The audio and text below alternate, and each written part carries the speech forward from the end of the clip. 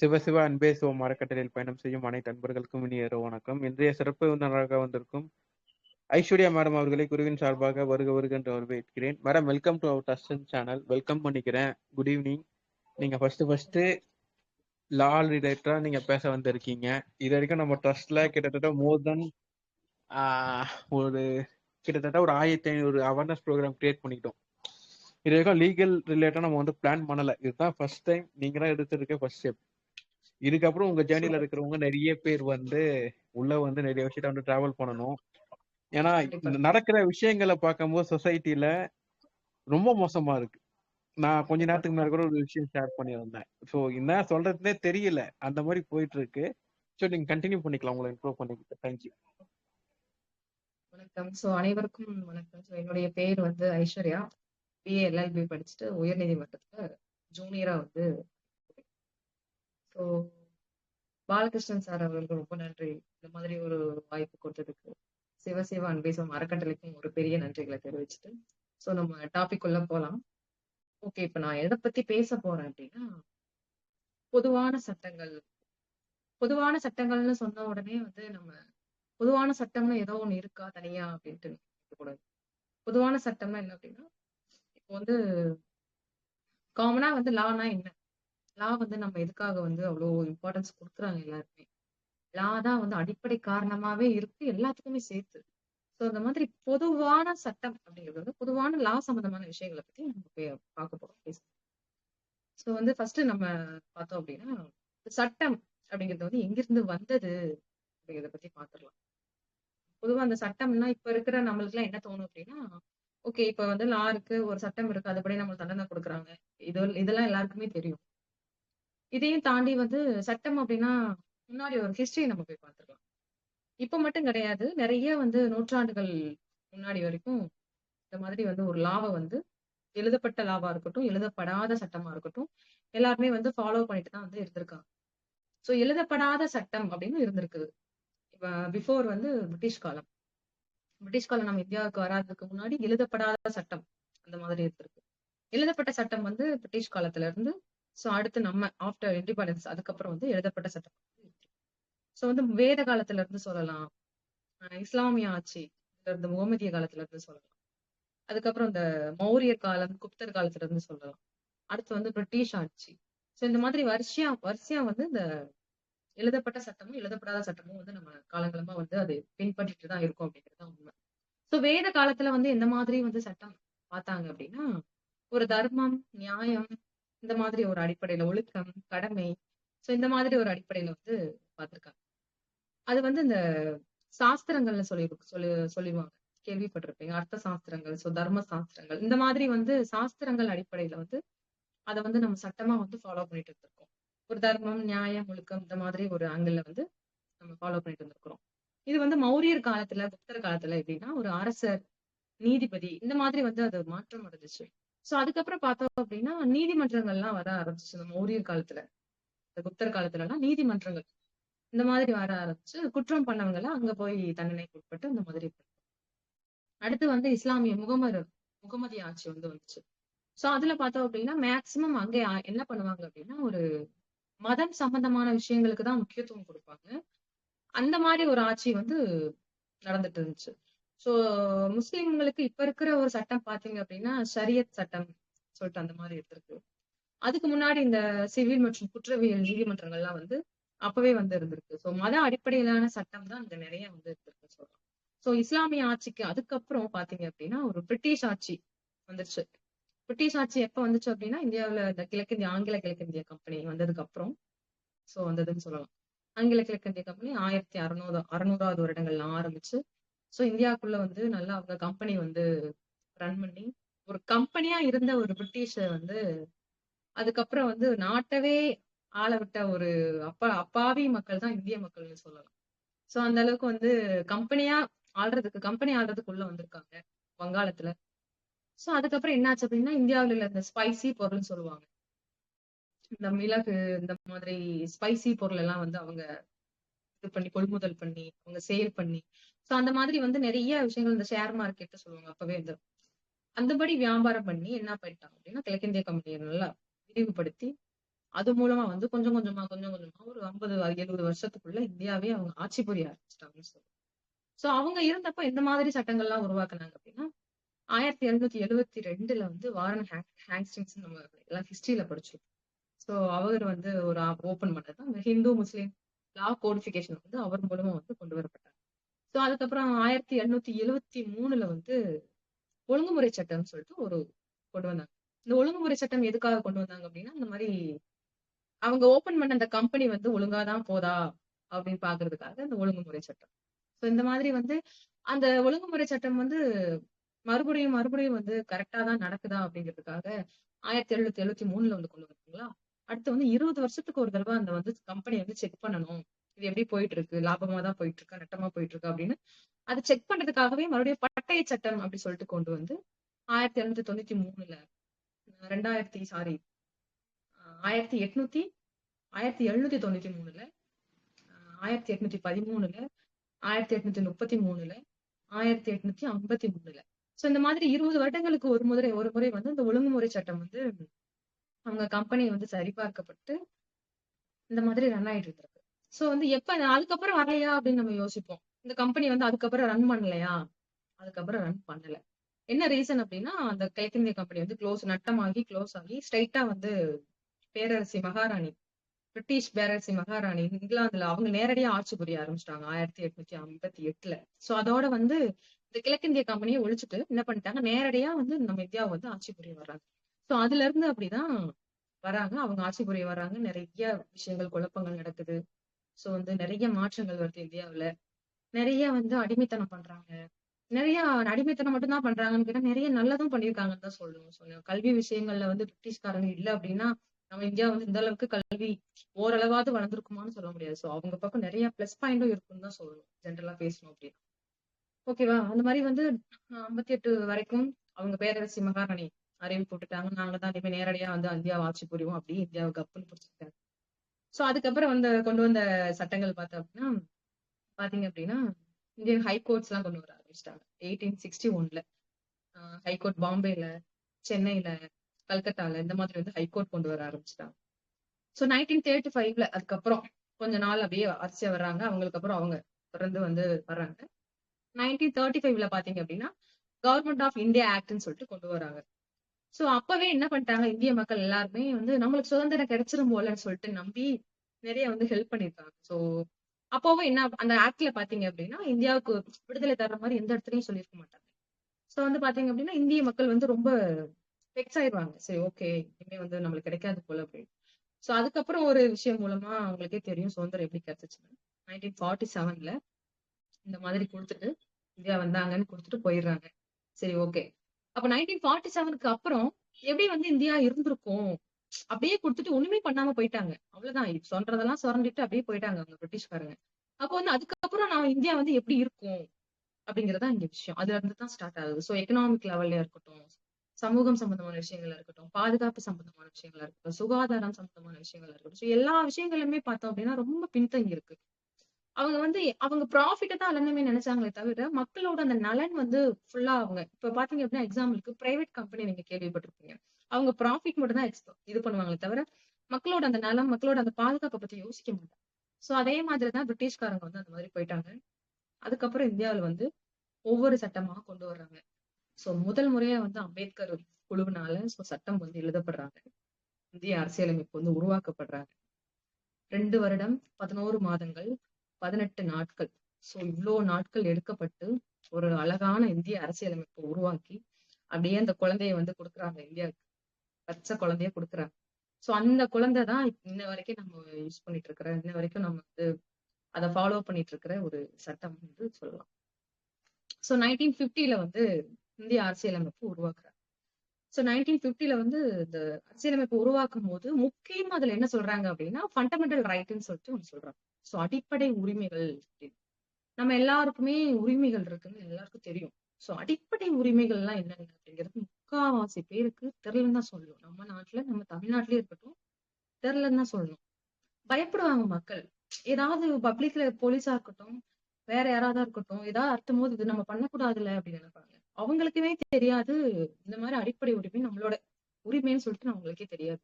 So fundamental rights, directive principles சொல்லிட்டு ஒரு விஷயம். அரசின் நெறியுறுத்தும் கொள்கைகள் சொல்லுவாங்க. ஒரு அரசு எப்படி வேணா இருக்கலாம், ஆனா இப்படிதான் இருக்கணும் அப்படின்னு சொல்றதுதான் டைரக்டிவ் பிரின்சிபல் ஆஃப் ஸ்டேட்னு சொல்லுவாங்க. அதாவது என்ன அப்படின்னா, இது வந்து லாவோட கனெக்ட் ஆகாது. இப்படி எல்லாம் இருப்பான்னு சொல்லிட்டு ஒரு அட்வைஸ் பண்றோம்ல. சோ அந்த இதுதான் direct principle of state. So இந்த அடுத்து இந்த ஃபண்டமெண்டல் ரைட்ஸை பத்தி பாத்துரலாம். இந்த அடிப்படை உரிமைகள் அப்படின்னா என்ன? சோ அடிப்படை உரிமைகள் ஃபர்ஸ்ட் வந்து 7 இருந்தது. இப்ப வந்து 6 மாத்திட்டாங்க. முன்னாடி சொத்துரிமை இருந்தது. இப்ப வந்து ஒரு ஒரு வழக்குனால அது வந்து எடுக்கப்பட்டு பாராளுமன்றத்துல வந்து நீக்கப்பட்டு இப்ப வந்து ஒரு 6 வந்து அடிப்படை உரிமைகள் இருக்கு. சோ அடிப்படை உரிமைகள் வந்து எதுல வந்து மென்ஷன் பண்ணிருக்காங்கன்னா, இந்திய அரசியல் அமைப்புல ஆர்டிகல் 12 இருந்து 35 வரைக்கும் இந்த அடிப்படை உரிமைகளை பத்தி கூறியிருக்காங்க. இந்த 14 இருந்து 18 ஆர்டிகல் 14 டு 18 வந்து எதை சொல்றாங்க அப்படின்னா, சமத்துவ உரிமை. இப்ப சொல்றோம்ல, நீ நானும் சமம் தானே, நம்மளுக்குள்ள என்னடான்னு சொல்லிட்டு பேசுறாங்கல்ல, இதெல்லாம் நம்மளோட உரிமை. உன்னையும் என்னவும் இந்த இடத்துல சமமா தான் பார்க்கப்படணும். கல்வியிலயும் சரி, பொருளாதாரத்திலயும் சரி. பொருளாதாரத்துல மீன்ஸ் மத்தவங்க அதாவது நம்ம கீழே இருக்கலாம். பட் பாக்குறவங்க அதை வச்சு நம்மள வந்து எதுவும் பண்ணிடக்கூடாது அப்படிங்கிறதுக்காக இந்த ஒரு உரிமை. சுகாதார உரிமை. சோ இந்த மாதிரி வந்து எல்லா ரைட்ஸும் வந்து ஈக்குவலா இருக்கணும் அப்படிங்கறத சொல்றதுதான் 14 to 18. சோ இதுதான் வந்து முதல் உரிமைன்னு சொல்லலாம். செகண்ட் என்னன்னு பார்த்தோம் அப்படின்னா, சுதந்திர உரிமை. இது வந்து ஆர்டிகல் 19 to 22 வந்து சொல்லுது. என்ன சொல்றாங்க அப்படின்னா, என்ன வேணா பேசலாம் அப்படின்னு கிடையாது. சுதந்திர உரிமைனா வந்து தன்னுடைய கருத்துக்கள் ஒரு விஷயம் ஒரு ஒரு இடத்துல சொல்றதுக்கு, பேசுறதுக்கு, ஒரு மாநாடு நடத்துறதுக்கு, ஒரு கூட்டம் நடத்துறதுக்கு, ஒரு நிறுவனம் வந்து தொடங்குறதுக்கு, சொல்ல போனா வாழ்றதுக்கு. ஒரு இந்த நாட்டுல நான் சுதந்திரமா இதெல்லாம் பண்றதுக்கு எனக்கு ரைட்ஸ் இருக்கு. தவறான முறையில கிடையாது. ஒரு சரியான முறையில வாழ்றதுக்கு எனக்கு ரைட்ஸ் இருக்கு அப்படின்னு சொல்றதுதான் ஆர்டிகல் 19 to 22. சோ நெக்ஸ்ட் என்னன்னு பார்த்தோம் அப்படின்னா, ஆர்டிகல் 23 to 24 என்ன சொல்லுது அப்படின்னா, சுரண்டலுக்கு எதிரான உரிமையை பத்தி சொல்லுது. இது என்னடா சுரண்டலுக்கு ஒரு எதிரான உரிமைன்னு பாத்தீங்க அப்படின்னா, இப்பதான் வந்து லேபர்ஸ் அந்த நீங்க கேள்விப்பட்டிருப்பீங்க நிறைய இடங்கள்ல. இந்த மலைவாழ் எல்லாம் பாத்தீங்க அப்படின்னா, அவங்க வந்து அவங்க அம்மா அப்பா வந்து கடன் வாங்கிட்டு போயிடுவாங்க. சோ அவங்க பிள்ளைங்களை வச்சு காலங்காலமா வந்து எங்கேயும் இந்த மாஞ்சோலை எஸ்டேட்லாம் கொஞ்சம் கேள்விப்பட்டிருப்பீங்க. இங்க இருக்கு திருநெல்வேலி பக்கத்துல. சோ நிறைய மலைவாழ் மக்களை வந்து என்ன பண்ணுவாங்க, மலைவாழ் மக்கள்னு கிடையாது, மலை சைடு அந்த மாதிரி சைடு அவங்களுக்கு எல்லாம் வெளி உலகம் இருக்கிறதே தெரியாது. சோ அந்த அளவுக்கு வந்து காலங்காலமா வந்து ஒரு அடிமை முறையில வந்து வேலை வாங்கிட்டு இருப்பாங்க, சுரண்டிட்டு இருப்பாங்க. அவங்க உழைப்ப சுரண்டுறது. அதுக்கு பேர் தான் சுரண்டலுக்கு எதிரான உரிமை. இந்த மாதிரி வந்து எந்த ஒரு கன்சிடரேஷனும் கொடுக்காம நம்மளோட உழைப்ப வந்து ஒருத்தவங்க சுரண்டுறாங்க அப்படின்னா, அதுக்கான எதிரா வந்து நம்ம வந்து கேஸ் ஃபைல் பண்ணலாம். அதை வந்து நம்ம தட்டி கேட்கலாம். சுப்ரீம் கோர்ட்ல வரைக்கும் தட்டி கேட்கலாம் அப்படிங்கிறது தான் இந்த ஆர்டிகல் 23 to 24 வந்து அது சொல்லுது. சோ நெக்ஸ்ட் என்னன்னா 25 to 28 right to freedom of religion. இந்த உரிமை இந்த ரைட் மட்டும் இல்ல அப்படின்னா இந்தியா வந்து ரொம்ப மோசமா இருக்கும். அது என்ன ரைட்னா, ஒரு ஒரு மதத்தை நீ வணங்குறதுக்கான உரிமை அப்படின்னு. நீங்க எந்த மதத்தை வேணா வணங்கலாம். உங்களை வந்து கட்டி போட முடியாது. நீ இதைத்தான் வணங்கணும், நீ இதைத்தான் பண்ணணும்னு சொல்லிட்டு கட்டி போட முடியாது. நீங்க எந்த மதத்தை வேணா வணங்கலாம். எதையும் வணங்காம இருக்கலாம். சோ வந்து அவங்களுடைய அது இஷ்டம். இந்த சிறுபான்மையர் அந்த மதங்கள்லாம் அவங்க கல்வி நிறுவனங்களை தொடங்கி அவங்க வந்து அந்த மாதிரி வந்து மதங்களை வணங்கிக்கலாம். சோ இந்த மாதிரி விஷயங்கள்லாம் தடை பண்ணக்கூடாது. அதுதான் right to freedom of religion. So religion சம்பந்தமா நம்ம வந்து எந்த விஷயத்தையுமே வந்து தடை பண்ணக்கூடாது அப்படிங்கறத சொல்றதுதான் ஆர்டிகல் 25 to 28 வந்து சொல்லுது. சோ ஆர்டிகல் 29 to 30 என்ன சொல்லுது அப்படின்னா, கலாச்சாரம் மற்றும் கல்வி உரிமைகளை பத்தி சொல்லுது. சோ வந்து கலாச்சாரம்னா என்னன்னா, ஒரு குறிப்பிட்ட ஒரு பகுதியில இருக்கிறவங்க, குறிப்பிட்ட ஒரு ஏரியால இருக்கிறவங்க, அவங்களுக்கு ஒரு கலாச்சாரம் இருக்கும். அதெல்லாம் வந்து ஃபாலோ பண்ணிக்கலாம். இதெல்லாம் அவங்கள உடனே இதோட கான்செப்ட் என்ன அப்படின்னா, உடனே அவங்களை தடுத்து ஒரு கலாச்சாரம் ரொம்ப தவறா இருந்தா தடுக்கலாம். அது ஒரு வகை நம்பிக்கையால பண்றாங்க. ஏதோ அவங்க ஹாப்பிக்காக பண்றாங்க. சின்ன சின்ன விஷயங்கள் பண்றாங்க அப்படின்னா, அத நம்ம தட்டி கேட்க முடியாது. ஏன்னா அவங்க காலங்காலமா அதை பண்ணிட்டு இருப்பாங்க. அந்த கான்செப்ட் தான். சரி ஓகே. அந்த மாதிரி வந்து ஒரு கலாச்சாரம் சம்பந்தமான விஷயங்களை வந்து நீங்க ஃபாலோ பண்ணிக்கலாம். அத வந்து யாரும் கேட்கக்கூடாது. அதே சமயத்துல கல்வி. நீ வந்து இந்த இடத்துல வந்து படிக்கக் கூடாது. நீ இதுக்கு மேல படிக்கக் கூடாது அப்படின்னு சொல்றதுக்கான ரைட்ஸ் வந்து யாருக்குமே கிடையாது அப்படிங்கறத சொல்றதுதான் ஆர்டிகல் 29 to 30. லாஸ்டா பாத்தீங்க அப்படின்னா ஒரு 5 ரைட்ஸ் சொல்லியிருப்பேன்.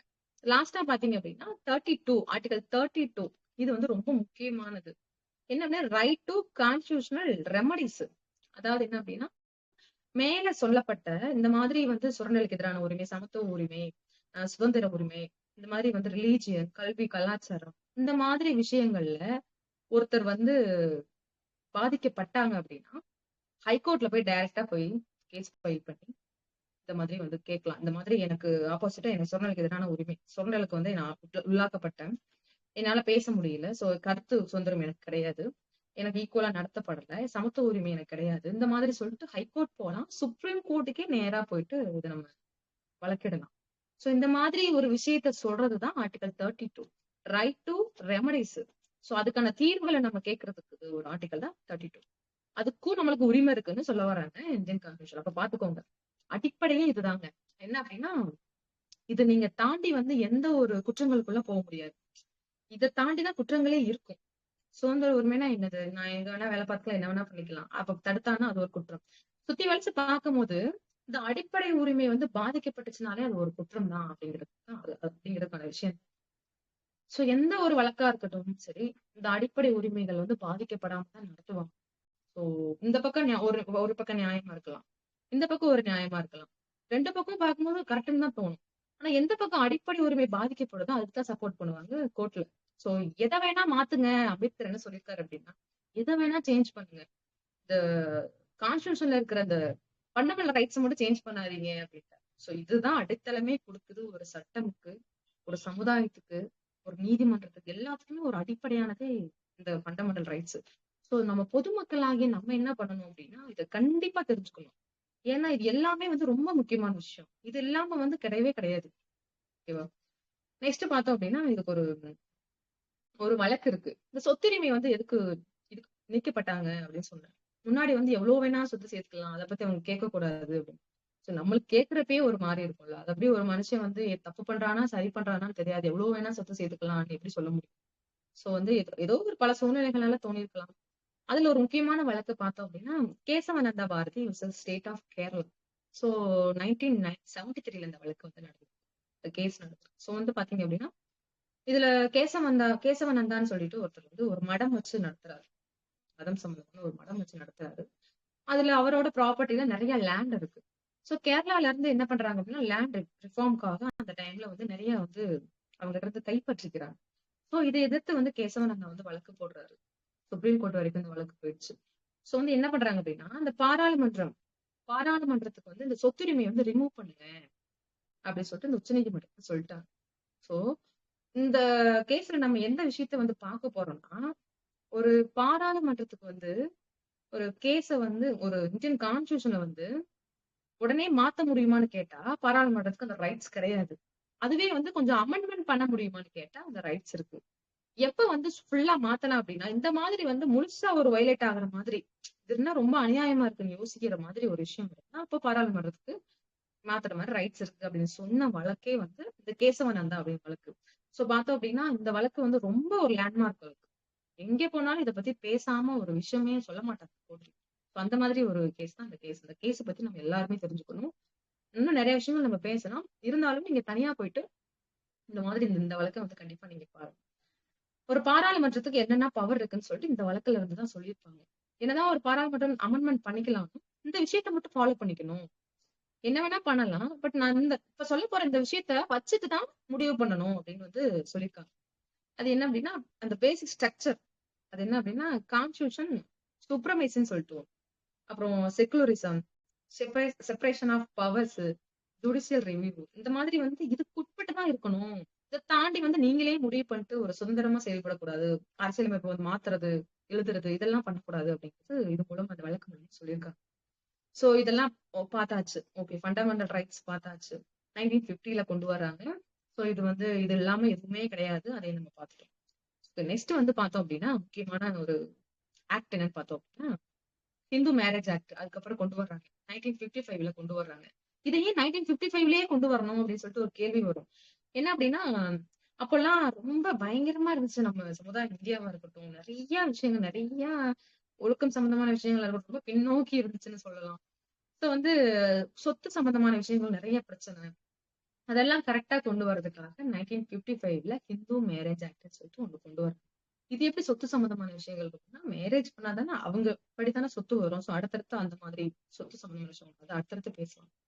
சோ வந்து இந்த ஹிந்து மேரேஜ் ஆக்ட் வந்து யாருக்கு பொருந்தும் தனியா ஹிந்து பேர்லயே இருக்கு ஹிந்து மேரேஜ் ஆக்ட் அப்படின்னு. அப்ப ஹிந்துக்கும் பொருந்தும். ஹிந்து மட்டும் கிடையாது.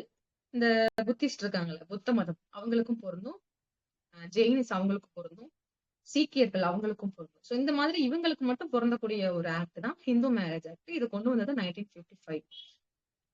இத வந்து என்ன பண்றாங்க அப்படின்னா 21/18 இந்த மாதிரி வந்து செக்ஷன்ல என்ன சொல்லியிருக்காங்க அப்படின்னா ஹிந்து மேரேஜ் ஆக்ட்ல, அதாவது இந்த ஹிந்து மேரேஜ் ஆக்டுக்கு மெயினானது எப்படின்னா மேரேஜ் எப்படிலாம் நடக்கும். ஒரு ஹிந்து 2 பேர் ஒரு ஹிந்து இருக்காங்க, ஒரு ஆண் ஒரு பெண் ஹிந்துவா இருக்காங்க அப்படின்னா ஒரு ஆண் அந்த பெண்ணுக்கு என்ன வயசு இருக்கணும், அவங்களுக்கு என்னென்ன தகுதிகள்லாம் இருக்கணும் ஒரு மேரேஜ் பண்றதுக்கு. சோ இந்த மாதிரி விஷயங்களை சொல்றதுக்கு ஹிந்து மேரேஜ் ஆக்ட்ல சொல்லி இருப்பாங்க. நம்மளுக்கே தெரியும் என்ன வயசு இருக்கணும். பையனானா 21, பொண்ணு ஆனா 18 இந்த மாதிரி ஒரு வயசு இருக்கணும். இன்னொரு விஷயம் என்ன அப்படின்னா அவங்க புத்தி வந்து சுயாதீனமா இருக்கணும். அதாவது எப்படின்னா அவங்க பித்தநிலை அடைஞ்சிருக்க கூடாது. ஒரு மென்டலி அவங்க வீக்கா இருக்க கூடாது. அவங்க பைத்தியமா இருக்க கூடாது. இதெல்லாம் வேற வேறதான் ஆக்சுவலா ஒரே இது கிடையாது. நான் கூட நினைச்சிட்டு இருந்தேன் இதெல்லாம் சேமா இருக்கும் போல அப்படின்னு படிக்கும் போது நினைச்சிட்டு இருந்தேன்.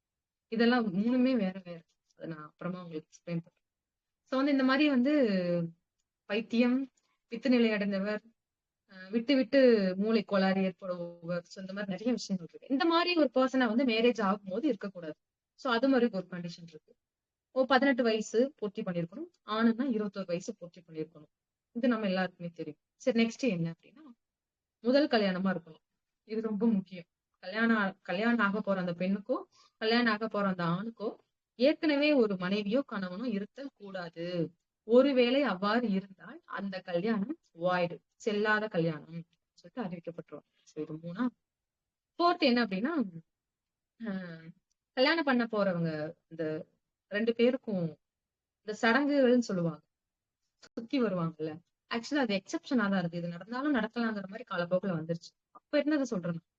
இந்த கல்யாணம் பண்ணிட்டு இத சுத்தி இந்த தீயில எரிவாங்க. அதை சுத்தி வருவாங்கல்ல 7 முறை ஏதோ சம்திங். சோ அத வந்து அந்த சடங்குகள் இருக்கணும் அப்படின்னு அது ஒரு கண்டிஷனா வச்சிருந்தாங்க.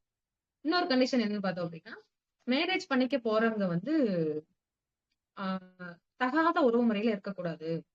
தகாத உறவு முறை இப்ப நம்ம சொல்ற மாதிரி அண்ணன் தங்கச்சியா, பெரியப்பா சித்தப்பா பொண்ணா சுத்தி வளைச்சு அப்படிதான் வரும். சோ இந்த மாதிரி உறவு முறை நிறைய உறவு முறை இருக்கு அதுல. அது நான் இன்னொரு நாள் நம்ம கண்டிப்பா பேசுவோம். சோ இந்த மாதிரி உறவு முறையில இருக்கக்கூடாது அப்படின்னு அது ஒரு கண்டிஷன். 5 கண்டிஷன் ஹிந்து மேரேஜ் ஆக்ட்ல. இந்த 5 கண்டிஷன் இருந்தா, இந்த 5 கண்டிஷன் பூர்த்தி பண்ணியிருந்தால் அந்த கல்யாணம் செல்லும் கல்யாணம் சொல்லிட்டு சொல்லிடுவாங்க. இதுல ஒண்ணு இல்லைன்னாலும் கூட அது வந்து வாய்ட் ஆயிடும். வாய்ட் மேரேஜ் ஆயிடும். எப்ப வந்து ஒண்ணு இல்லைன்னா சரி இது இல்லைன்னா இது அப்பவும் செல்லும் கல்யாணம் இருக்கும் அப்படின்னா இந்த சடங்குகள் சொன்னேன்ல, இந்த சடங்குகள் எல்லாம் பண்ணாம ஒரு கிராமத்திலயோ ஒரு கலாச்சாரமோ ஒரு கலாச்சாரத்து பகுதியில கலாச்சாரத்திலேயே பின்பற்றாங்க அப்படின்னா அப்ப வந்து இது செல்லும். ஓகே அவங்க இந்த மாதிரி பண்றாங்க ஒண்ணும் பண்ண முடியாது அதுக்கு. நான் மேல சொன்னேன்ல ஆர்டிகல் இந்த 29/30 ஒரு கலாச்சாரமா இருக்கிற உரிமை ஒரு மனுஷனுக்கு இருக்கு. என்னோட கலாச்சாரம் இதுதான் அப்படின்னு. அந்த மாதிரி வந்து இந்த சடங்குகள் எங்களோடத்துல இல்லைன்னு சொல்றப்போ சரி ஓகே அதை எதிர்த்து இன்னும் பண்ண முடியாது அப்படிங்கிற பட்சத்துல வந்து அதை எடுத்துக்கிட்டு அது எக்ஸெப்ஷனா இருக்கு. சரி ஓகே அதுவும் கொஞ்சம் இதா இருக்கு. தகாத உறவு முறைகளும் அதுவும் கொஞ்சம் பாத்தீங்க அப்படின்னா அப்படிதான் இருக்கு. அதாவது சொந்தக்காரங்க எல்லாம் ஒத்துக்கிட்டா அந்த ஊர் வந்து இது பண்ணிக்கிட்டா எந்த பிரச்சனையும் வரல அப்படின்னா அதுவும் செல்லும் வேலிடு அப்படிங்கிற மாதிரி சொல்றாங்க. சோ வந்து சில விஷயங்கள் எக்ஸெப்ஷனா இருக்கும் ஹிந்து மேரேஜ் ஆக்ட்ல, சில விஷயங்கள் வந்து இந்த மாதிரி இருக்கும். சோ இவ்வளவு விஷயங்கள் பூர்த்தி பண்ணாதான் இந்த திருமணம் வந்து செல்லும் திருமணம் வந்து அறிவிக்கப்படுவாங்க. இன்னொரு விஷயம் நம்மளுக்கு வந்து ஒரு டவுட் வரும். என்ன அப்படின்னா எல்லாமே வந்து கல்யாணம் பண்ணிட்டு ஒரு பதிவு பண்ணுவாங்க. எனக்கு கல்யாணம் ஆயிடுச்சு ரிஜிஸ்டர் பண்ணிட்டாங்க அப்படின்னு. என்கிட்ட கேட்கக்கூடிய நிறைய கேள்விகள் என்ன அப்படின்னா இந்த மாதிரி எனக்கு ரிஜிஸ்டர் பண்ணிட்டாங்க. நான் வந்து என்ன பண்றது அடுத்து என்ன பண்றது. இது வந்து ஒரு அதாவது எப்படின்னா ரிஜிஸ்டர் பண்ணல சாரி. எனக்கு என் கல்யாணத்தை ரிஜிஸ்டர் பண்ணல. So எனக்கு ப்ரூஃப் இல்ல. நான் வந்து வேற கல்யாணம் அடுத்து நான் பண்ணிக்கலாமா டிவோர்ஸ் வாங்காம அப்படின்னு ஒரு கேள்வி அடிக்கடி வரும். நிறைய பேருக்கு இந்த மாதிரி நான் ஆன்சர் பண்ணிருக்கேன். அது என்ன அப்படின்னா இப்ப நீங்க கல்யாணம் பண்றீங்க அப்படின்னா அது வந்து நீங்க போய் பதிவு பண்ணாதான் அது செல்லும் கல்யாணம் அப்படின்னு ஒரு விஷயம் கிடையவே கிடையாது. இது வந்து நான் முக்காவாசி பேருக்கு தெரியாது.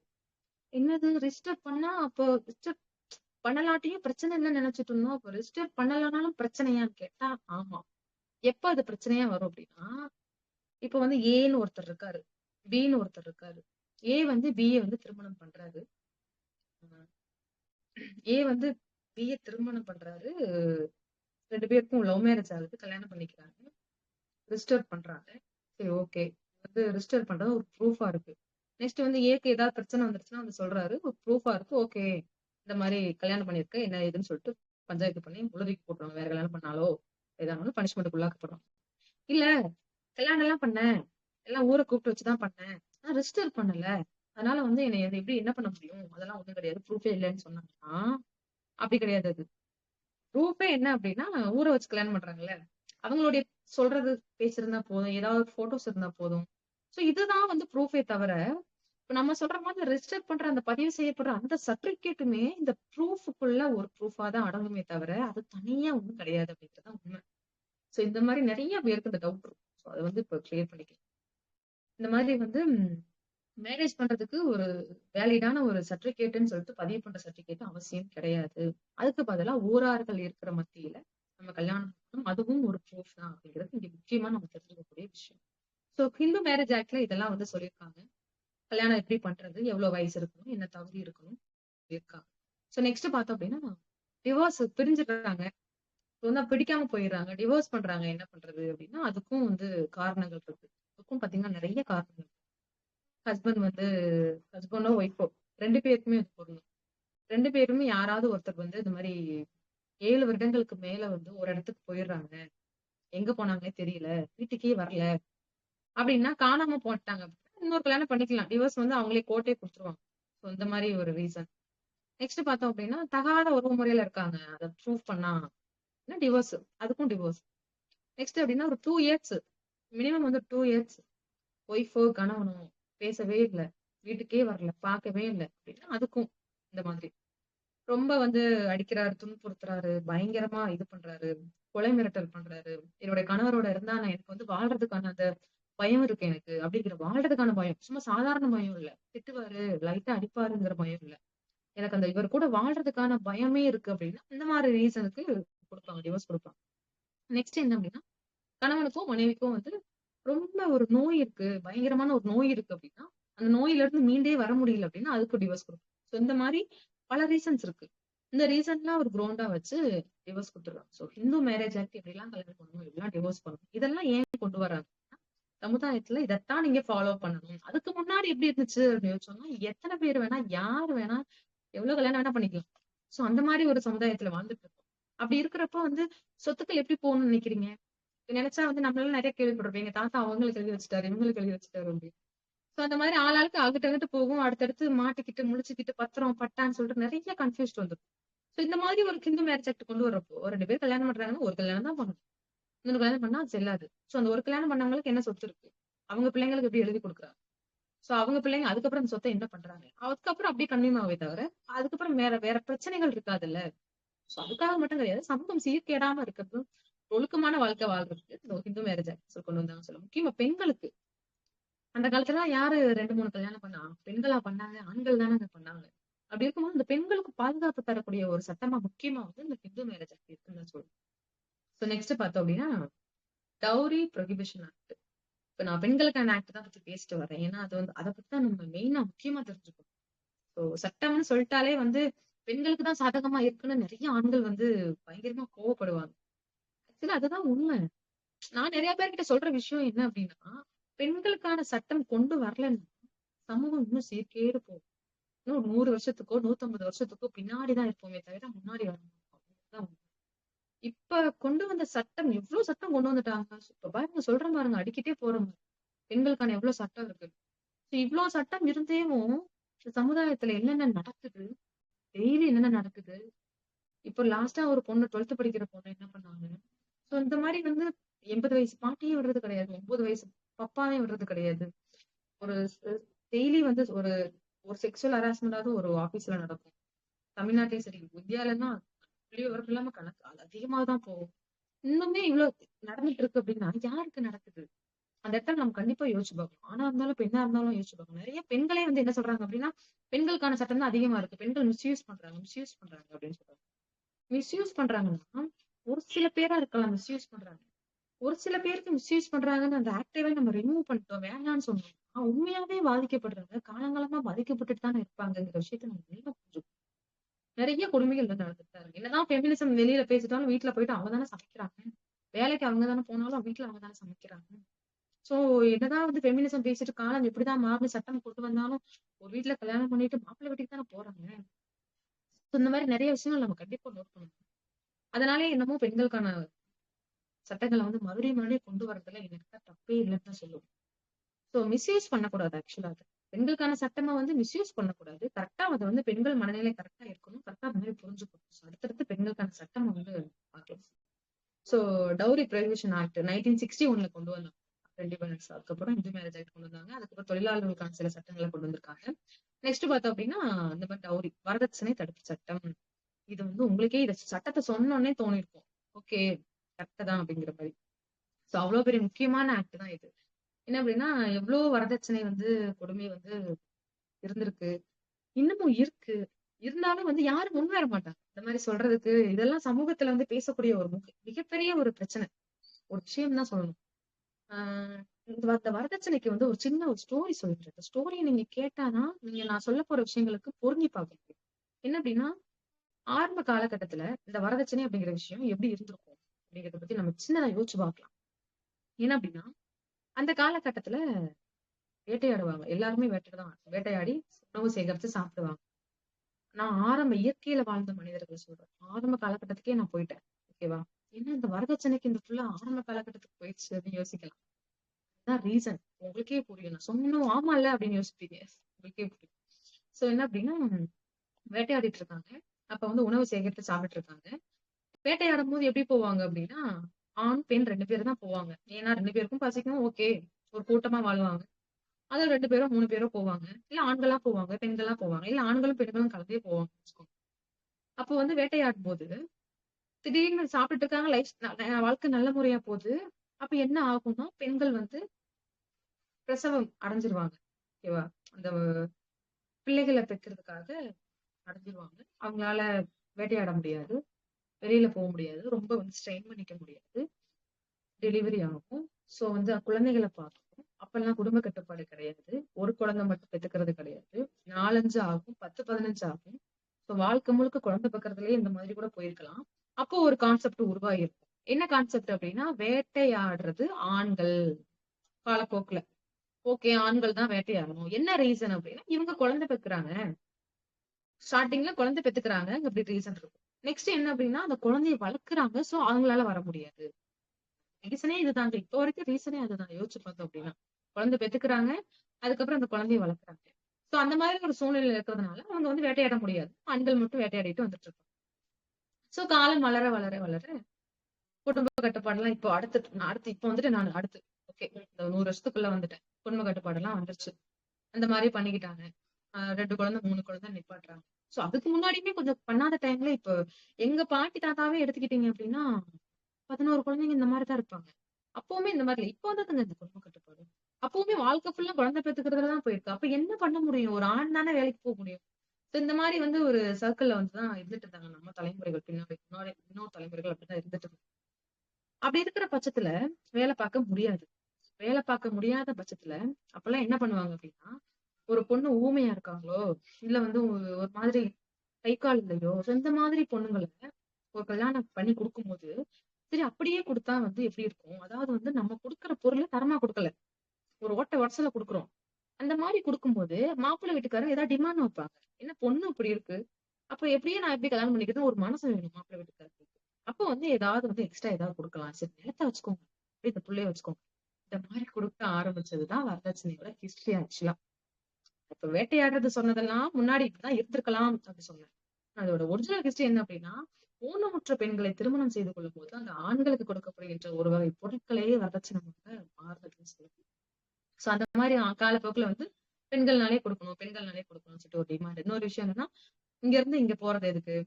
வேட்டையாடுற காலத்துல இருந்து ஆண்கள் தான் உழைக்கணும். அப்படி இப்படி ஓகே உழைக்கிறான். அப்படியே போற மாதிரி அடிமைத்தனம் அங்க இருந்து தான் ஸ்டார்ட் ஆயிருக்கு. அங்க இருந்து போறதுனால ஏதோ பொருளை கொண்டு போகணும் அதெல்லாம் ஓகே. அந்த காலத்துல எல்லாம் ஓகே. இப்ப எப்படி இருக்கு? இப்ப வந்து பெண்களும் வேலைக்கு போறாங்க. குடும்ப கட்டுப்பாடெல்லாம் வந்துருச்சு. 2 குழந்தையோட நிப்பாட்டிக்கிறாங்க. ஆணும் பெண்ணும் சமம். இப்பயாவது வந்து பொண்ணு வீட்டுக்கு நீங்க போங்க கல்யாணம் பண்ணிட்டுலாம் போக மாட்டாங்க. வரதட்சணை ஆண்கள் கொடுங்கன்னா கொடுக்க மாட்டாங்க. ஆக்சுவலா முஸ்லீம்ல ஆக்ட் படி என்ன அப்படின்னா முஸ்லீம்காரங்க இந்த மாதிரி வரதட்சணை வந்து அவங்க கொடுத்துட்டு தான் பொண்ணை எடுத்துட்டு வருவாங்க. சோ ஆண்கள் வந்து கொடுப்பாங்க. மாப்பிள்ளை வீட்டு அரசியல இருந்து கொடுப்பாங்க. அந்த மாதிரி கலாச்சாரம் அவங்க கலாச்சாரம். அந்த மாதிரி கலாச்சாரம் அவங்க கலாச்சாரம் அப்படி இருக்கிறப்போ எனக்கு அவங்கள பார்க்கலாம் ரொம்ப ஹாப்பியா இருக்கும் ஆக்சுவலா. பரவாயில்லையே அப்படின்னு நிறைய விஷயங்கள் அவங்கள பார்த்தா கத்துக்கணும் அப்படிங்கிற மாதிரி நினைப்பேன். சோ வந்து பாத்தீங்க அப்படின்னா அந்த மாதிரி பெண்களுக்கு வந்து குடுக்குற மாதிரி ஒரு வரதட்சணை முறை இருந்திருக்கு. பெண்கள்ட்ட இருந்து வாங்குற மாதிரி. அது இப்ப வரைக்கும் இன்றைய நாள் வரைக்கும் அந்த மாதிரி தொடர்ந்துட்டு தான் இருக்கு. நிறைய வந்து துன்புறுத்தல்கள் நடந்துட்டு தான் இருக்கு. பொதுவா வந்து இந்த ஆக்ட்ல என்ன சொல்றாங்க அப்படின்னா, டவுரி ப்ரொஹிபிஷன் ஆக்ட்ல என்ன சொல்றாங்கன்னா 1961ல கொண்டு வந்து இந்த மாதிரி வந்து நேரடியா வந்து உங்ககிட்ட வந்து வரதட்சணை கொடு, காசு கொடு, உன் அப்பா வீட்டுல வாங்கிட்டு வா, அம்மா வீட்டுல வாங்கிட்டு வா. இந்த மாதிரி பண்ணா மட்டும்தான் வரதட்சணை கொடுமையான்னு கேட்டா கிடையாது. இந்த ஆக்ட்ல சொல்றது. இந்த மாதிரி கேட்டா மட்டும் கிடையாது. இன்டைரக்டா வெர்பலி, எமோஷனலி இந்த மாதிரி கொடுமை பண்ணாலுமே அது வரதட்சணை கொடுமைதான். அதாவது பக்கத்து வீட்டுக்கார பிள்ளை எல்லாம் இவ்வளவு நகை போட்டு வந்திருக்கு. இந்த மாதிரி வந்து இன்டைரக்டா பேசுவாங்கல்ல. நீ என்ன கொண்டு வந்த? ஜாடமாடையா பேசுறது. எப்படி இருந்தாலும் கான்செப்ட் என்ன அப்படின்னா, அந்த பெண்ணை கஷ்டப்படுத்தினால், அந்த பெண்ணை கஷ்டப்படுத்தினாலே வந்து வரதட்சணை கொடுமைதான் அப்படிங்கிற மாதிரி வந்து ஒரு கான்செப்ட். சோ அந்த மாதிரி வந்து நிறைய வந்து பிஎன்எஸ் செக்ஷன் இப்ப கொண்டு வந்திருக்காங்க. பாரதிய நியாய சங்கிதான்னு சொல்லிட்டு ஒரு கிரிமினல் ஆக்ட் வந்து.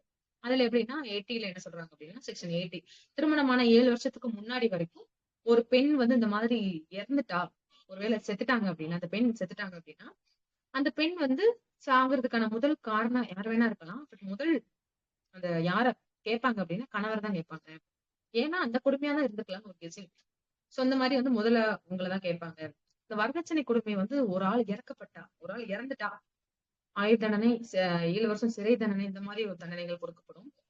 இறக்காம கொடுமைகள் மட்டும் நடக்கப்பட்ட செக்ஷன் 85 படி 3 இயர்ஸ் வந்து சிறை தண்டனை பிளஸ் அபராதமும் வந்து கொடுக்கப்படுவாங்க. சோ அந்த மாதிரி வந்து இந்த சட்டம் வந்து ரொம்ப சீவியரா இருக்கு. பட் இதை வந்து பெண்கள்லாம் வந்து தவறா யூஸ் பண்ணிருக்காங்கன்னு தான் சொல்லணும். இப்ப இருக்கிற பெண்கள் வந்து சும்மா ஒரு சண்டைனாலே போயிட்டு மாமியார் வரதட்சணை கொடுமைப்படுறாங்க, கணவர் வரதட்சணை கொடுமைப்படுறாங்க அப்படின்னு சொல்றாங்க. சில பேர் சொல்றாங்க.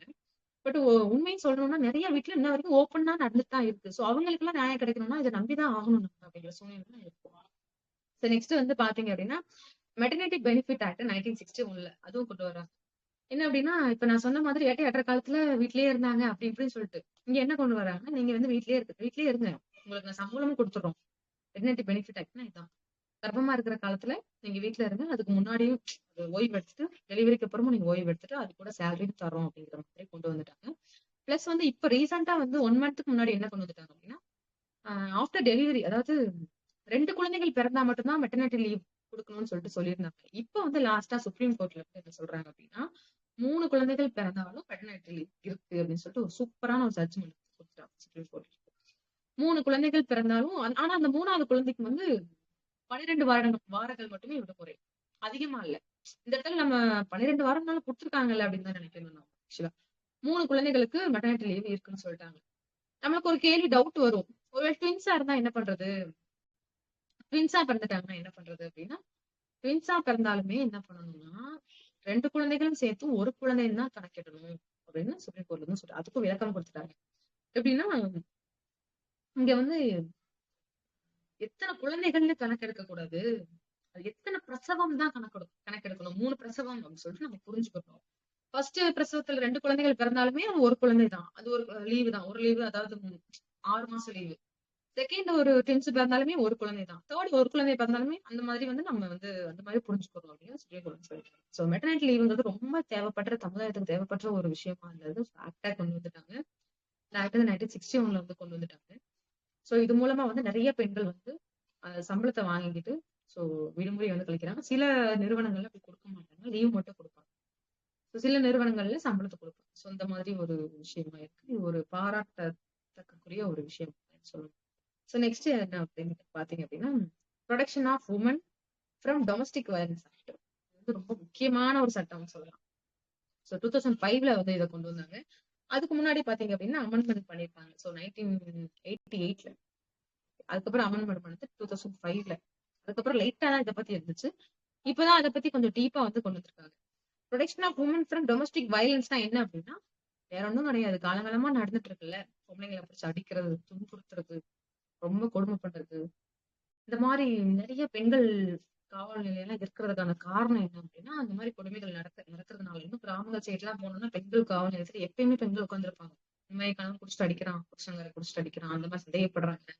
அப்படி நிறைய பிரச்சனைகள் இன்னும் இருந்துட்டு தான் இருக்கு. யாருமே பெண்கள் வந்து ஆண்கள் சந்தேகப்படுறான்னு ஆண்கள் காவல் நிலையத்துல போயிட்டு பொதுவான காவல் நிலையத்துல போய் சொல்றது கிடையாது. இன்ன வரைக்கும் அடிக்கிறான், இது பண்றான், அது பண்றான், அதுன்னு சொல்றது இன்னும் பெண்கள் தான் சொல்றாங்களே. சோ இதுக்கான ஒரு ஆக்ட் தான் 2005ல கொண்டு வந்த ஆக்ட். சோ இதுக்கு வந்து பிசிக்கலி, எமோஷனலி, செக்சுவலி, எக்கனாமிக்கலி, சோ இந்த மாதிரி வெர்பலி எந்த மாதிரி ஒரு கொடுமைப்படுத்தினாங்க அப்படின்னா அவங்களுக்கு ஒரு பனிஷ்மெண்ட் இருக்கு அப்படிங்கிற சொல்றது சட்டம் தான் 2005ல கொண்டு வந்த சட்டம். சோ இதுவும் ஒரு பெண்களுக்கான முக்கியமான ஒரு சட்டம் தான் சொல்றோம். சோ நெக்ஸ்ட் என்னன்னு பார்த்தோம் அப்படின்னா sexual harassment of women at workplace act 2013. அதாவது வேலை பணிபுரியும் நேரத்துல ஒரு உமனுக்கான பாதுகாப்பு கொடுக்குற ஒரு சட்டம் 2013. பொதுவா நம்மளுக்கு என்ன தோணும் அப்படின்னா ஒரு செக்ஷுவல் ஹராஸ்மெண்ட் ஆக்ட்லயே சொல்லிருக்கலாமே, அது ஏன் பணிபுரியும் நேரத்தில் மட்டும் மென்ஷன் பண்ணிருக்காங்க அப்படின்னா அதுக்கு பின்னாடி ஒரு பெரிய ஸ்டோரி இருக்கு. அந்த ஸ்டோரி கேட்டீங்க அப்படின்னா நீங்களே வந்து ஷாக் ஆயிருவீங்க. ஸோ அந்த மாதிரி ஒரு ஸ்டோரி என்ன அப்படின்னா ஒரு வழக்கு பேர் என்ன அப்படின்னா விஷாகா அப்படின்னு சொல்லிட்டு விஷாகா விசஸ் ராஜஸ்தான் வழக்குன்னு சொல்லுவேன். அந்த விஷாகான்னு சொல்லிட்டு யாரு அப்படின்னா அந்த பெண்களுக்கான தலைமை தாங்கி ஒரு நபர். அவர் வந்து அந்த வழக்குல வந்து தலையிடல. அந்த பெண்மணி வந்து வழக்குல தலையிடல. அவர் வந்து சப்போர்ட் பண்ண ஒரு பெண். பன்வாரி தேவின்னு சொல்லிட்டு ஒரு பெண். அந்த பெண் வந்து இந்த சமூக ஆர்வலர் கூட அந்த டைம்ல வந்து இந்தியால வந்து என்ன சொல்லியிருந்தாங்க அப்படின்னா உமன்ஸ் டெவலப்மெண்ட் ப்ராஜெக்ட்ல வந்து கொடுத்திருந்தாங்க நிறைய மாநிலங்கள். அப்போ பாத்தீங்க அப்படின்னா இதுல வந்து முக்கியமான டெவலப்மெண்ட்ல முக்கியமான விஷயம் என்ன அப்படின்னா அந்த சைல்டு மேரேஜ வந்து தடுக்கணும் அப்படிங்கிற விஷயத்த சொல்லி இந்த மாதிரி பார்க்க சொல்லிட்டாங்க. இந்த கேஸ் வந்து 1992ல நடந்தது. அப்படி பார்த்தோம் அப்படின்னா விஷாகா அப்படிங்கிற ஒரு குழு கீழே இருக்கிறவங்க தான் இந்த பன்வாரி தேவி அப்படிங்கிறவங்க. இந்த மாதிரி வந்து சமூக ஆர்வலர்னாலே தட்டி கேட்கிறவங்க தான். சோ அந்த மாதிரி இருக்கிறப்போ ஒரு பெரிய ராம்குமார் சொல்லிட்டு ஒரு ஃபேமிலி ராஜஸ்தான்ல பெரிய பணக்காரங்க ஃபேமிலி. சோ அந்த ஃபேமிலில ஒரு சாஸ்திரம் சம்பிரதாயம் சொல்லிட்டு அவங்க கலாச்சாரமா இருக்கட்டும். நான் சொன்னேன்ல அந்த கலாச்சாரம் ரொம்ப தப்பா இருந்தா கேட்கலாம், ஓரளவு கரெக்ட்னா விட்டுறலாம் அப்படின்னு. இவங்களுடைய கலாச்சாரமா எப்படி ஆர்டிகல் இதுல சொன்ன ஃபண்டமெண்டல் ரைட்ஸ்ல. சோ அதே மாதிரி எப்படின்னா இது ஓரளவு சரியா இருந்தா என்ன அப்படின்னா ஏதாவது இந்த கலாச்சாரம் எப்படி இருக்கு அப்படின்னா ஒரு வயசு பொண்ண கல்யாணம் பண்ணி வைக்கிறாங்க ஒரு சாஸ்திரத்துக்காக ஒருத்தருக்கு. ஒரு வயசு பொண்ணு. இது வந்து 1992ல நடக்குது இந்த விஷயம்.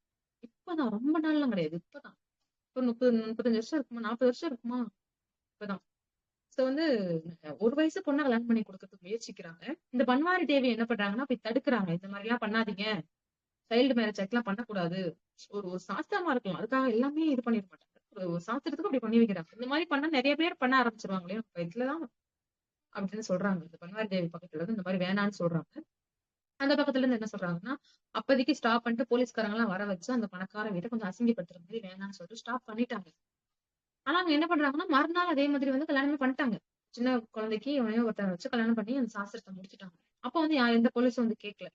இந்த பன்வாரி தேவி அதுக்கப்புறமும் விடவும் இந்த மாதிரி ஏன் பண்றாங்க அப்படின்னு சொல்லிட்டு மறுபடியும் இந்த நீதிமன்றங்களுக்கு போய் போலீஸ் ஸ்டேஷன் போயிருக்காங்க. சோ என்ன பண்ணிருக்காங்க அந்த ஸ்டேஷனை எதுவும் ஏத்துக்கல. ஏன்னா ஆள் பெரிய வீட்டாளுங்க, ரொம்ப பணக்காரங்க அப்படின்னு சொல்லிட்டு. அப்ப அதோட என்ன என்ன பண்ணிருக்காங்க அந்த ராம்குமார் பெரிய ஃபேமிலில இருந்து என்ன பண்ணிருக்காங்க அப்படின்னா இவளை சும்மா விடக்கூடாது, பன்வாரி தேவியை சும்மா விடக்கூடாது, நம்ம பேரை கெடுத்துட்டா அப்படின்ட்டு என்ன பண்ணிருக்காங்க அப்படின்னா முக்கியமான கட்டத்துல இருக்கும். இது ரொம்ப எல்லாருமே தெரிஞ்சுக்கூடிய வழக்கு. என்ன பண்ணிருக்காங்க அப்படின்னா அந்த பெரிய அந்த பணக்கார வீட்டு ஆளுங்க ஒரு 4 பேர் அவங்க குடும்பத்துல இருந்து 4 பேரு இந்த பன்வாரி தேவி வீட்டுக்காரு கணவர் முன்னாடியே பன்வாரி தேவிய கொடூர ரேப் பண்ணிருக்காங்க. ராஜஸ்தான்ல கொடூர ரேப் பண்ணிருக்காங்க கணவன் முன்னாடியே. ரேப் பண்ணுவோம் வேற ஒரு பொண்ணா இருந்தா என்ன பண்ணுவாங்க? ஓகே, அழுதுட்டு தொடச்சிட்டு முடிச்சுட்டு அப்படியே கணவர் கூட போயிட்டு அழுதுட்டு வேற என்ன லைஃப வாழ்வாங்க. பட் பன்வாரி தேவி என்ன பண்ணிருக்காங்க அப்படின்னா இல்ல இதை நம்ம விடக்கூடாது, மறுபடியும் போலீஸ் ஸ்டேஷனுக்கு போய் ஏற்றி நீதிமன்றம் கேஸ் கொடுத்திருக்காங்க. செல்லல, ப்ரூஃப் இல்ல, எதுவுமே யாருமே காதுல வாங்கல. நீதிமன்றத்துல நீதிபதி தெரிஞ்சிருக்கு, ஏதோ சுப்ரீம் கோர்ட் அளவுக்கு இது போயிடுச்சு, இந்த விஷயம் போயிடுச்சு. கேஸ் இது சம்பவம் நடந்தது 1992. கேஸ் வந்து ஃபைல் பண்ணி தீர்ப்பு வர நாள் 1997. தீர்ப்பு வரல. எடுக்கிற முடிவு வந்து 1997. இப்ப பாத்துக்கோங்க 5 வருஷம் அந்த கேஸ் வந்து ஆராய்ஞ்சிருக்காங்க. உண்மையிலேயே நடந்துச்சா, ஹாஸ்பிட்டல் போயிட்டு அந்த ரேப் நடந்ததுக்கான அறிகுறி இல்லைன்னு சொல்லிடுவாங்களாம். ஏன்னா அந்த பணக்கார பண்ற வேலையா. சோ இந்த மாதிரி வந்து எந்த ஒரு விஷயமும் இல்லைன்னு சொல்லிட்டு இந்த மாதிரி பண்ணவும் ஏதோ ஒரு விஷயத்துல வந்து ப்ரூவ் பண்ணி இந்த மாதிரி சொல்லிட்டாங்க, நம்பிட்டாங்க, நீதிமன்றம் நம்பி. அது மூலமா தான் எப்படின்னா அப்ப வந்து இந்த உமன் டெவலப்மெண்ட் ப்ராஜெக்ட்ல தானே அதாவது பணிபுரியுற நேரத்துல தானே. பணிபுரியும் நேரம்னா அது காலையில இருந்து ஈவினிங் வரைக்கும் சொல்ல வரல. அந்த பணிபுரியும் விஷயத்தினால அந்த வேலை வந்து அவங்க சைல்டு மேரேஜை தடுக்கணுங்கிறது தான் அவங்களோட நோக்கம். அப்ப அந்த விஷயத்த வந்து கட்டுப்படுத்தணும். அப்பேற்பட்ட சூழ்நிலையில தான் நடந்துச்சு. சோ அத வந்து நம்ம எப்படி எடுத்துக்கணும் அப்படின்னு சுப்ரீம் கோர்ட்ல சொல்ற விளக்கம் என்ன அப்படின்னா, பணிபுரியுற நேரத்துல பெண்களுக்கு இந்த மாதிரி நடக்கக்கூடாது அப்படிங்கிற ஒரு ஆக்ட் 2013 கொண்டு வர்றாங்க. அதுக்கு பேர் தான் sexual harassment women of workplace act அப்படின்னு. பணிபுரியுற நேரத்துல அந்த மாதிரி விஷயங்களை இந்த மாதிரி ஏதாவது கொடுமைகள் நடந்தா உடனே ஆக்ஷன் எடுப்பாங்க. ஸோ பனிஷ்மெண்ட் பாத்தீங்கன்னா 7 years above 3 years plus fine இந்த மாதிரி வந்து அதோட சீவியரை பொறுத்து வந்து கிடைக்கும். ஸோ இந்த விஷாகா கேஸ் வந்து செக்ஷுவல் ஹராஸ்மெண்ட் வந்துட்டாலே இந்த விஷாகா கேஸ் பத்தி கண்டிப்பா பேசுவாங்க. ஸோ அவ்வளவு பெரிய ஒரு லேண்ட்மார்க் கேஸ் தான் இது. இது போல பன்வாரிக்கு அப்புறம் என்ன பண்ணாங்கன்னா விஷாகா தலைமையில இருந்து நடத்துனதுனால விஷாகா வர்சஸ் ராஜஸ்தான் சொல்லிட்டு இது பண்ணிட்டாங்க. சோ அந்த குற்றவாளிகள்லாம் இப்போ ஒரு 2 பேர் செத்தே போயிட்டாங்க. அதுக்கும் மேல உண்மை என்ன அப்படின்னா பன்வாரி தேவி இன்னும் உயிரோட தான் இருக்காங்க. இன்னும் வந்து ராஜஸ்தான்ல வந்து பீகார் அவங்க ஊர் பீகார் உயிரோட தான் இருக்காங்க. குற்றவாளிகள் தண்டிக்கப்பட்டாங்களா அப்படின்னு கேட்டா சோகமான விஷயம் தண்டிக்கப்படல. அதுக்கு அந்த ஆக்ட் உருவாக்குறதுக்கான காரணமே அவங்களே தவிர அவங்கள ஜெயிலுக்குள்ள வச்சு கொடுமைப்படுத்துறாங்களா தூக்கு தண்டனை போட்டாங்களா எதுவுமே கிடையாது. சோ அப்படியே வந்து அது ஒரு கவலைக்குரிய விஷயம். ஏன்னா ப்ரூவ் பண்ண முடியாது, சான்று கிடையாது. இது என்ன இப்பதான் ஒரு சட்டத்து மேல வந்து ஒரு இது வரும். என்னது இது இந்த மாதிரி இருக்கிறப்ப எப்படி வந்து இது பண்ண முடியும்? சட்டம் நம்ப முடியும், நீதிமன்றம் நம்ப முடியாது. ஆக்சுவலா என்ன கான்செப்ட் நம்ம என்ன புரிஞ்சுக்கணும் அப்படின்னா, ஓகே தான் இதெல்லாம் தப்பு நடந்துச்சுதான் நம்பக்கூடிய சூழ்நிலை. ஏன்னா ப்ரூஃப் இல்ல. சோ வந்து சட்டம் இங்க என்ன சொல்லுது அப்படின்னா, இந்திய ஆட்சியமைப்புல என்ன சொல்றாங்க அப்படின்னா, நம்ம நிறைய படங்களை கேள்விப்பட்டோம் அப்படிதான். அதாவது 100 குற்றவாளிகள் தண்டிக்கப்பட்டாலும் ஒரு நிரபராதி வந்து தண்டிக்கப்படக்கூடாது அப்படிங்கிறது. இதுதான் இந்த இந்த இந்த கட்டத்துல வந்து தப்பு பண்ணான்னு சொல்லிட்டு அவனுக்கு தெரியும். இந்த விஷாகா அவங்க டீமுக்கு தெரியும், எல்லாருக்குமே தெரியும். ஜென்ரலா வந்து இப்ப நான் தான் நீதிபதினா நான் பாக்குறப்போ வந்து எனக்கு ப்ரூஃப் தானே வேணும். ஒருவேளை நீ பொய் சொல்லியிருந்தா பன்வாரி தேவி நீ பொய் சொல்லியிருந்தா அப்படிதானே என் மைண்ட் போகும். அப்போ ஜென்ரலா பாக்குறப்போ வந்து ப்ரூஃப் தான் இங்க ரொம்ப மெயின். ஏன்னா ஒரு நிரபராதி தண்டிக்கப்படக்கூடாது அப்படிங்கிற ஒரே கான்செப்ட் தான் இந்தியால இன்ன வரைக்கும் எல்லா கேஸ்லயுமே இருந்துட்டு இருக்கு. அதனாலதான் குற்றங்கள் கம்மியா வந்து கொடுக்குறாங்க. குற்றங்களுக்கான தண்டனைகள் வந்து கம்மியா கொடுக்குறாங்க அப்படிங்கிறதுதான் உண்மை. சோ இந்த மாதிரி பார்த்தோம் அப்படின்னா protection of women workplace act வந்து இந்த மாதிரி கொண்டு வந்துட்டாங்க. அது மூலமா வந்து ஒர்க் பிளேஸ்ல எந்த ஒரு செக்ஷுவல் ஹராஸ்மெண்ட் நடந்தாலுமே உடனே வந்து இந்த ஆக்ட் படி அவங்களுக்கு பனிஷ்மெண்ட் வந்து கொடுக்கப்படுவாங்க. இது 1997 நடந்த கேஸ். இது நம்ம எல்லாருமே தெரிஞ்சக்கூடிய ஒரு விஷயம் தான். சோ அடுத்து வந்து குழந்தைகளுக்கான சட்டங்கள். சோ பெண்களுக்கான சட்டங்கள் எல்லாம் பார்த்தோம். ஹிந்து மேரேஜ் ஆக்ட் பார்த்தோம். ஆஃப்டர் இண்டிபெண்டன்ஸ்க்கு அப்புறம் எப்படி எல்லாம் இருந்துச்சுன்னு பார்த்தோம் பிரிட்டிஷ் ஆட்சி காலத்துல. அதுக்கு முன்னாடி சட்டம் எப்படி எல்லாம் உருவாச்சுன்னு பார்த்தோம். So Hindu marriage act, fundamental rights. So இந்த மாதிரி தொடர்ந்து சட்டங்களை பாக்குறோம். சோ டைம் இப்பவே பாத்தீங்கன்னா 8:50 ஆயிடுச்சு. இந்த குழந்தைகளுக்கான சட்டங்கள் சொன்னா இது ரொம்ப அதை விட ரொம்ப முக்கியமானது.